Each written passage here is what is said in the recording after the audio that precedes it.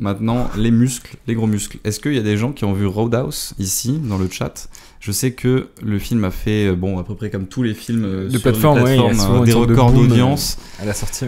Mais voilà. Roadhouse, c'est le nouveau film de Doug Liman, qui est quand même un cinéaste qui est loin d'être incompétent. On le connaît notamment pour le premier Jason Bourne, La mémoire dans la peau, Monsieur et Madame Smith, bien sûr. Et je crois que son dernier film en date, ça devait être Barry Seal. Barry Seal, American Made, film avec Tom Cruise, qui est un film plutôt sympathique, assez bien mené. Et donc là, va faire équipe avec Jake Gyllenhaal, producteur et acteur principal du film. Et bodybuildé pour l'occasion. Bodybuildé de façon très impressionnante pour l'occasion, pour ce remake du film Roadhouse des années 80 avec Patrick Swayze, qui était une sorte de série B, un petit peu d'action. On suivait cet ancien champion de MMA qui devient videur d'une roadhouse, une sorte de petit bar sur la côte de Floride, c'est ça? Ouais, exactement. Va mettre un peu ses talents de bagarreur au service de l'établissement et découvrir que il se passe un petit peu des choses plus ou moins légales autour de ça, et que finalement peut-être que des gens en veulent à ce roadhouse.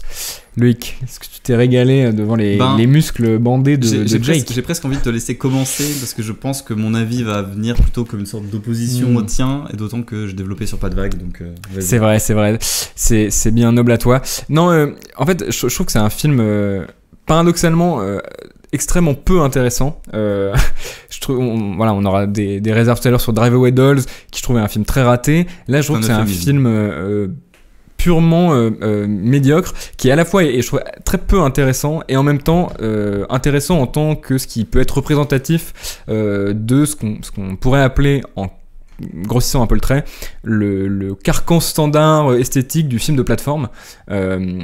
Évidemment, on sait que maintenant la concurrence fait rage. Toutes les plateformes cherchent à avoir un petit peu leur grosse sortie, et surtout leur sortie régulière.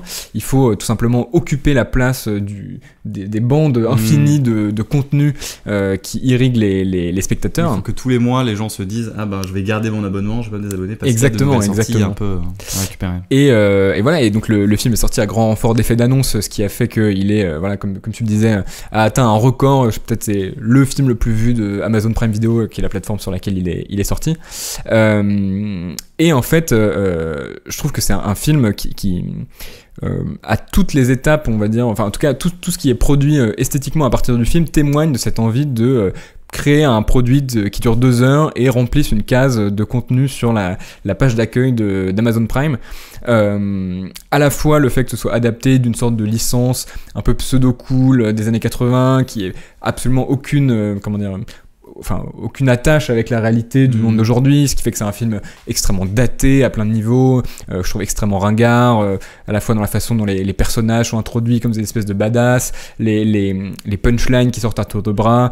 Je trouve que tout sent un petit peu le film quand même poussiéreux, et puis on sent cette espèce de, je sais pas comment l'appeler, de logique presque industrielle à tous les niveaux, qui fait que à chaque fois qu'une scène commence, j'étais déprimé de savoir exactement ce qui allait s'y dérouler, ce qui fait que j'ai passé 2 heures à souffler à peu près.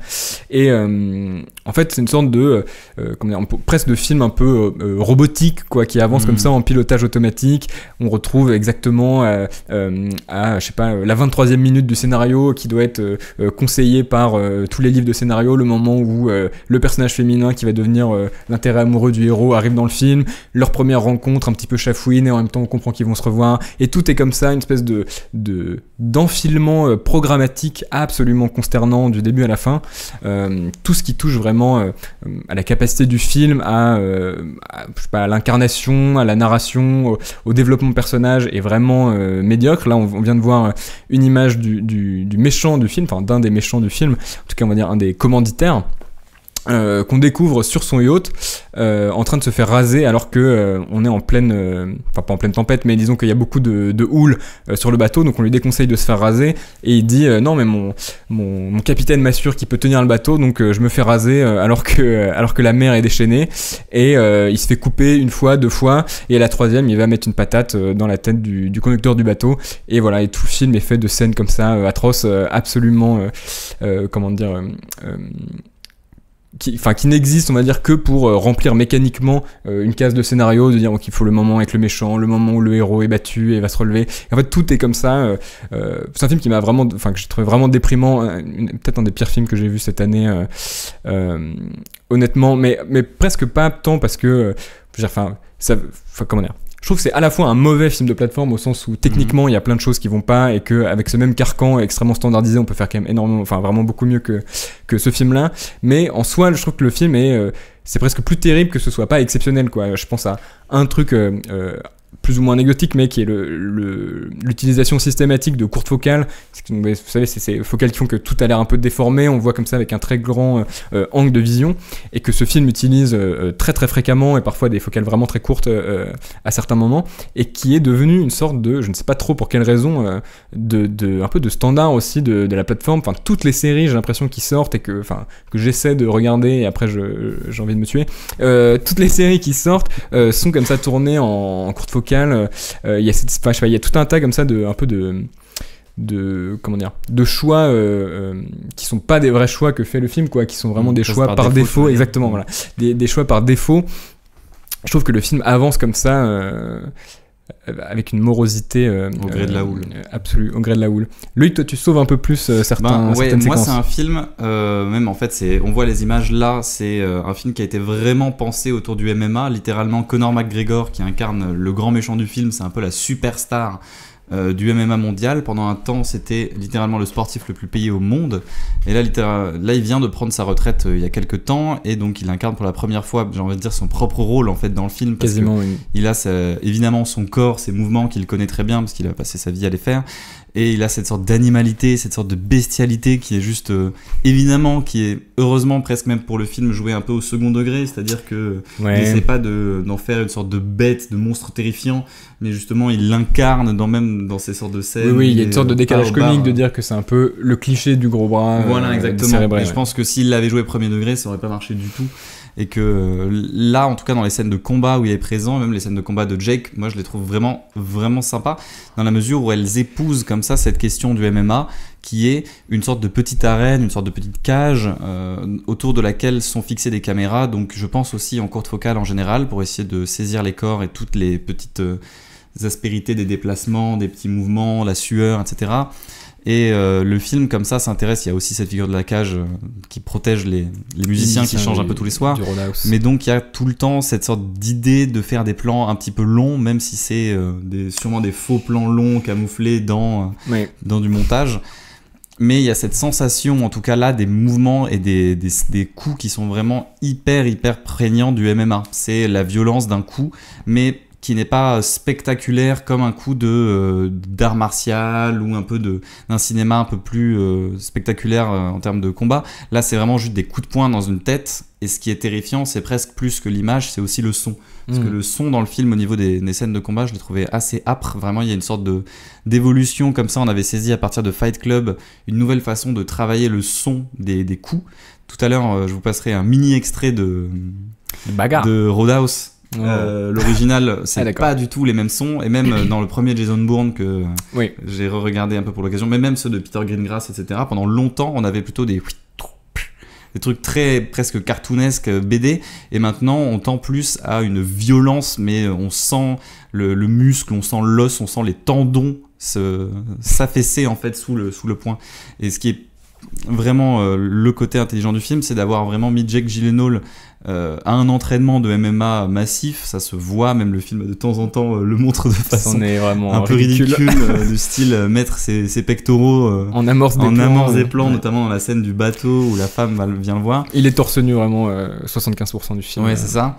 Mais n'empêche que ça se voit qu'il a fait un entraînement de MMA, et quand les deux se battent à la fin, ou quand lui se bat au début du film, enfin pas au début, mais qu'il y a cette scène au tiers du film où il renvoie à peu près 5 ou 6 voyous en leur disant « Ah, mais il y a un hôpital à 25 minutes, vous pourrez y aller, etc. » Ben, tu sens que non, il y a une fluidité dans ces gestes qui est très agréable à voir, quoi. Ça se voit qu'il n'y a pas de doublure, ça se voit que c'est vraiment un pur film de lutte.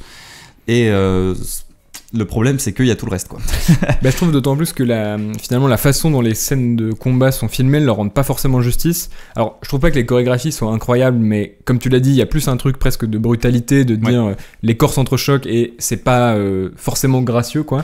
Ça, c'est pas vraiment un reproche. Mais je trouve qu'il y a cette envie un peu de faire des plans qui soient relativement longs, etc. Mais en fait, on sent tellement dans leur texture même qui sont rafistolés de bout en bout que je trouve que ça joue finalement contre l'authenticité des mouvements, des coups, des chorégraphies, etc. Il y a plusieurs moments comme ça où le film est vraiment indigent techniquement, notamment séquence où une voiture essaie de percuter le personnage principal d'ailleurs qui s'appelle Dalton, Elwood Dalton, un truc comme ça, où pareil on essaie de nous faire croire une sorte de longue prise où il y aurait une sorte de cascade, mais en fait c'est tellement ostensiblement bricolé, rafistolé en post-production que ça devient un peu grotesque, quoi. Oui, c'est dommage de pas assumer une sorte de sensation réelle de la matière au-delà des muscles, parce que quand ils jouent de ça, typiquement encore une fois dans la séquence finale où les deux se battent dans le bar, tu vois que le bois, c'est vraiment du bois que les corps se prennent quand ils se jettent sur des choses. Même moi, j'ai mal pour eux de les voir juste se jeter et se prendre des chaînes, des grilles, des bouts de bois partout, et de jouer comme ça des effets spéciaux 3D moches sur plein de véhicules, sur toute la scène, la deuxième grosse scène de combat dans le bar où une sorte de canoë est mis en suspension et finit par tomber sur les gens, mais justement tout le choc est perdu en fait par les effets spéciaux. Bah surtout que là on a été un peu récemment habitué à quand même une nouvelle vague, bon ça fait peut-être presque une dizaine d'années d'ailleurs je crois techniquement, mais un peu depuis John Wick, à quand même en tout cas une sorte de gage un peu d'authenticité dans la façon dont se déploient un peu les combats, etc. Je pense que ce serait à The Raid. Moi je le daterais à The Raid. C'est un petit peu avant The Raid, c'est ça? The Raid c'est 2007 je crois. En fait c'est une sorte de Jason Bourne 2 et 3. Ok. Et The Raid qui arrive un peu en même temps. Mais en tout cas, alors The Raid peut-être, effectivement je l'ai pas vu, mais en tout cas, disons que le mainstream américain c'est un peu mis à la page de dire bon il faut quand même que les combats on respecte un petit peu, on fasse les choses en dur, et du coup là c'est vrai que certaines tentatives du film tombent un peu à plat, mais je pense que ces espèces de plans très étranges en fait rentrent dans un sorte de système visuel plus large au sein du film qui témoignerait, pour le dire vite on va explorer un peu après, mais d'une inspiration un petit peu vidéoludique. Le premier combat d'ailleurs, les premiers instants du film, c'est un combat vu en vue subjective avec les deux points, un peu comme si on était dans un FPS, voilà, en train de contrôler le personnage qui se bat, et il y a pendant tout le film cette sensation très bizarre que la caméra essaie un peu de tourner autour de son personnage comme si elle était un peu accrochée, de glisser, donc ça crée des sortes de mouvements qui sont à la fois narrativement très peu intéressant et je sais pas, qui génère presque une sorte d'étrangeté sur certains moments. Enfin, on a l'impression que presque la caméra est sur motion control et se déplace selon une chorégraphie préétablie qui colle pas tout à fait à ce qui est vu, mais pas d'une fluidité comme celle d'un Fincher, presque d'une sorte de caméra numérique qui serait un peu maladroitement, qui accompagnerait. C'est un peu comme si un drone suivait Jake Gyllenhaal et essayait de panoter à la suite comme ça. Moi, ce à quoi j'ai pensé, c'était beaucoup GTA, donc les jeux Grand Theft Auto, notamment les cutscenes dans les jeux qui sont tout le temps comme ça. Un personnage qui arrive à un endroit, qui a un dialogue avec un groupe de voyous, et ensuite qui enchaîne sur une sorte de scène de baston systématiquement. Et toutes les scènes sont un peu filmées comme ça, c'est-à-dire de façon un peu programmatique. Il y a des idées de mise en scène, enfin c'est pas non plus une sorte de plan large où tout se passe devant toi, mais comme ça, cette sorte de caméra qui semble, mais littéralement là, qui est contrôlée par ordinateur, qui suit des animations 3D. En plus, il y a beaucoup de jeux où, qui se déroulent entre guillemets en plan séquence, où je crois que c'est le cas des derniers God of War, mais j'y ai pas joué, où finalement la caméra est toujours attachée à notre personnage, tout est vu de son point de vue, ce qui fait qu'il n'y a jamais de coupe visible, quoi. Et du coup il y a un peu cette sensation là dans le film, quand on a l'impression ah oui d'accord, mais là il coupe pas, mais c'est très bizarre, mais en fait c'est comme si ça ferait sens dans une démarche de jeu vidéo. Et je trouve que c'est d'autant plus dommage que on a vu notamment encore avec John Wick et surtout les opus 3 et 4 comment est-ce que le jeu vidéo pouvait vraiment être une inspiration extrêmement riche pour faire du cinéma d'action, hein. Dans John Wick 4 notamment, il y avait toute cette séquence où la caméra passait en vue de haut, et ça rappelait des jeux comme Hotline Miami ou d'autres jeux en vue top-down, comme on dit, et ça crée quelque chose qui était extrêmement excitant en termes de nouvelle appréhension de l'espace, de géographie, et là, au contraire, je trouve que ça participe à banaliser beaucoup le film, quoi.